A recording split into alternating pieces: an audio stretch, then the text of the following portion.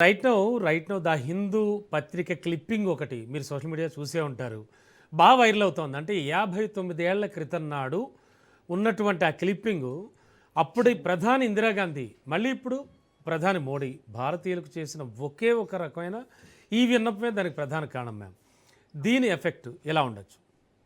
అదేనండి. చెప్తున్నాను గదా! అంటే ఇప్పుడు మనకి సిట్యుయేషన్ అనేది క్రిటికల్‌గా ఉంది. కొన్ని 1 ఇయర్ వరకే కదండీ! ఆయన కూడా చాలా స్పెసిఫిక్‌గా చెప్పారు. హ్మ్. ఎప్పుడైతే మనకి ఈ క్రూడ్ ఆయిల్ ధరలు ఇప్పుడు 120, 110, 1000 అంటే $105 ఈ విధంగా చాలా ఫ్లక్చుయేట్ అవ్వడమే కాకుండా మనకి ఇంకొకటి ఏమవుతుందంటే ఫారిన్ ఇన్వెస్టర్స్ అందరూ కూడా వాళ్ళ అమౌంట్ డాలర్స్ తీసుకొని వెళ్ళిపోతూ ఉన్నారు. సో, సిట్యుయేషన్ అంతా కూడా కంట్రోల్ చేయడానికి మాకు కొంత టైమ్ ఇవ్వండి. ఎందుకంటే వార్ వల్ల వచ్చిన ఏదైతే ఈ crude oil crisis, energy crisis ఉన్నాయో లెట్స్ నీడ్ సమ్ టైమ్ అని అడిగారండి.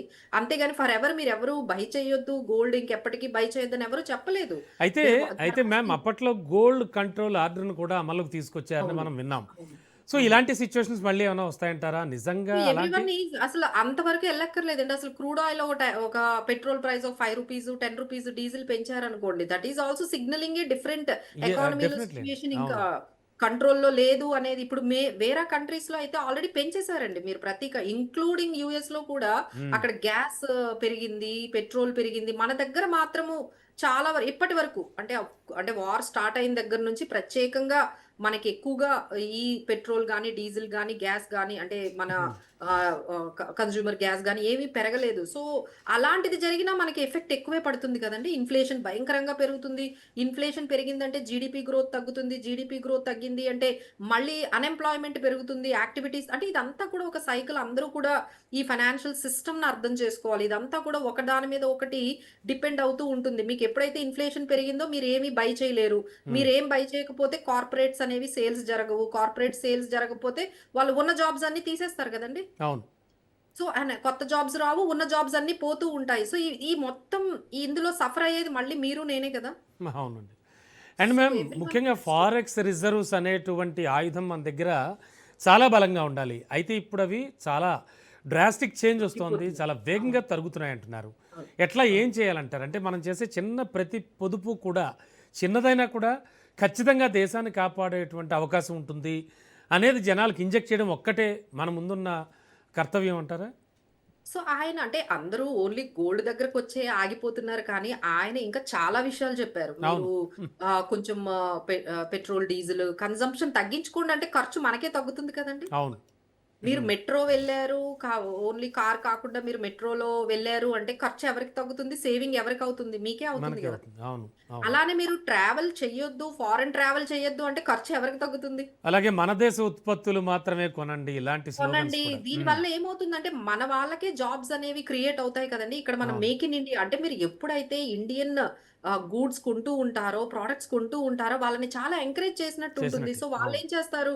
ఇంకొన్ని ప్రొడక్ట్స్‌ని డెవలప్ చేయాలి కాబట్టి, ఇంకొన్ని ప్రొడక్ట్స్‌ని ప్రొడ్యూస్ చేయాలి కాబట్టి, they need lot of work force.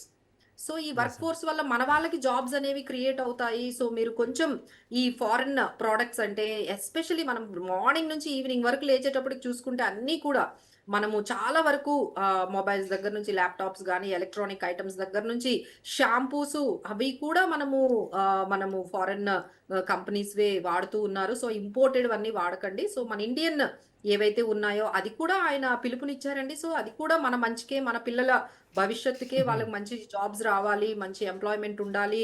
Economical growth అనేది, జీడీపీ గ్రోత్ అనేది ఇప్పటికే మనం సిక్స్త్ ప్లేస్‌కి వెళ్ళిపోయామండి. అంటే జీడీపీలో మనం చూసుకున్నట్లయితే అప్పుడు మనం ఫోర్త్ ప్లేస్ ఆ తర్వాత థర్డ్ ప్లేస్ అనుకున్నాం. అంటే US, China, India this is how we have framed it. మేమేమనుకున్నామంటే 2030 కల్లా ఫస్ట్ యూఎస్, తర్వాత చైనా, తర్వాత India will be the largest economy in the world అనుకుంటే, ఇప్పుడు జర్మనీ, యూకే వాళ్ళకన్నా కిందకి మనము వెళ్ళిపోతూ ఉన్నాము. హ్మ్. So, that is also very alarming. ఎందుకంటే అదంతా కూడా అంటే కన్వర్షన్ అనేది డాలర్స్‌లో జరుగుతుందండి. హ్మ్. అంటే మన జీడీపీని వాళ్ళు కౌంట్ చేసేటప్పుడు కూడా దాన్ని కాలిక్యులేట్ చేసేటప్పుడు డాలర్స్‌లో చేస్తారు. మన విలువ అనేది రూపీ విలువ అనేది ఈ విధంగా తగ్గిపోతూ ఉంటే ఇన్‌ఫ్లేషన్ పెరుగుతూ ఉందండి. సో, రూపీని మనం ఎట్లా అయినా మన రూపీని క్షీణించకుండా కాపాడుకోవాల్సిన బాధ్యత మనందరి మీద ఉంది. సో, అది అర్థమైంది అంటే ఇలాంటి చిన్న చిన్నవి నాట్ ఓన్లీ గోల్డ్ కొనడమే అండ్ కాదు. ఈ మ్యామ్ చిన్న చిన్నవి అంటే అందరూ ఒక కూడా 3-6 మంత్స్ మోడీ అంటే ప్రధాని మోడీ చేసినటువంటి విజ్ఞప్తికి సంబంధించి గవర్నమెంట్ చూసి ఆ తర్వాత ఏమైనా సీరియస్ డెసిషన్స్ తీసుకోవడం అంటే జస్ట్ లైక్ ఇంతే కొనాలి ఇలాంటి రెగ్యులేషన్స్ రూల్స్ రెగ్యులేటింగ్ ఏమైనా చేసే అవకాశం ఏమైనా ఉంటుందంటారా లేకపోతే ఏం జరగచ్చు? అంటే ఒక లిమిట్ అంటూ ఉంటుంది కదండీ! హ్మ్. దేనికైనా. అంటే అవును. మనం ఇంత ఇంపోర్ట్స్ మనకున్న కెపాసిటీ ఇదే.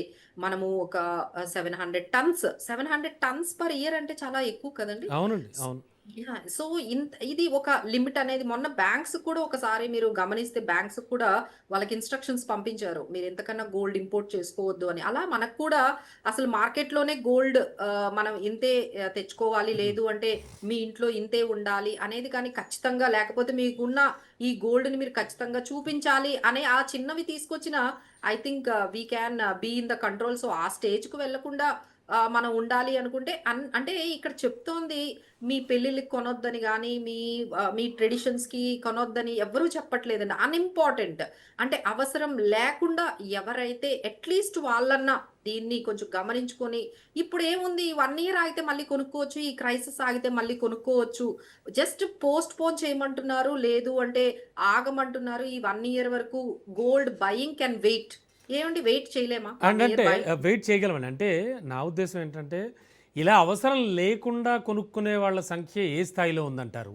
వాళ్ళు నిజంగా అలాగే కొంటున్నారా? మీరు చెప్పినట్టుగా సాంప్రదాయం, పద్ధతి కావాలి అని కొనుక్కోవడం వేరు.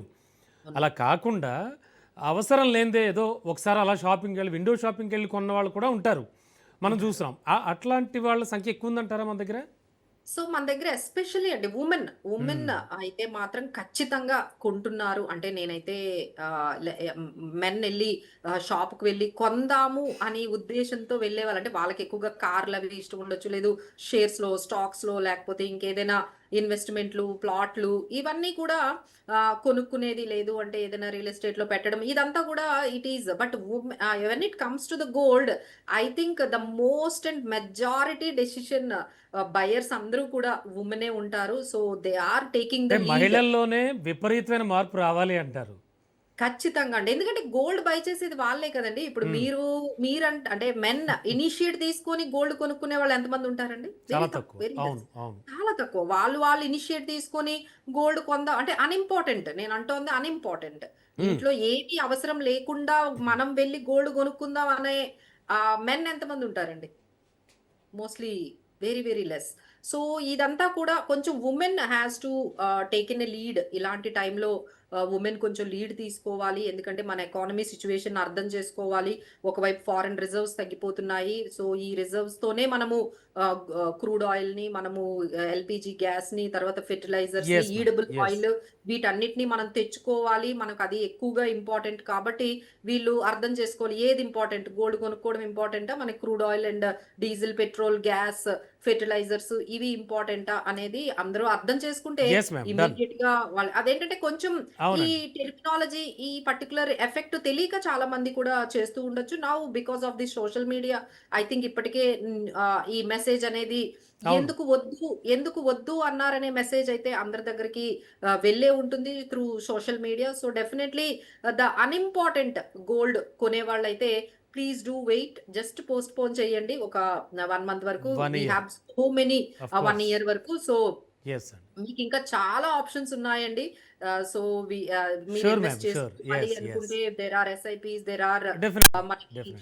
చాలా ఆప్షన్స్ ఉన్నాయి. వాటిల్లో మీరు ఇన్వెస్ట్ చేసుకోండి. ఈ 1 ఇయర్ వరకు just postpone and just wait to buy sure the ma'am. Gold. Sure. Sure. Thank you అండి. Thank you so much ma'am విశ్లేషణ ఇచ్చినందుకు.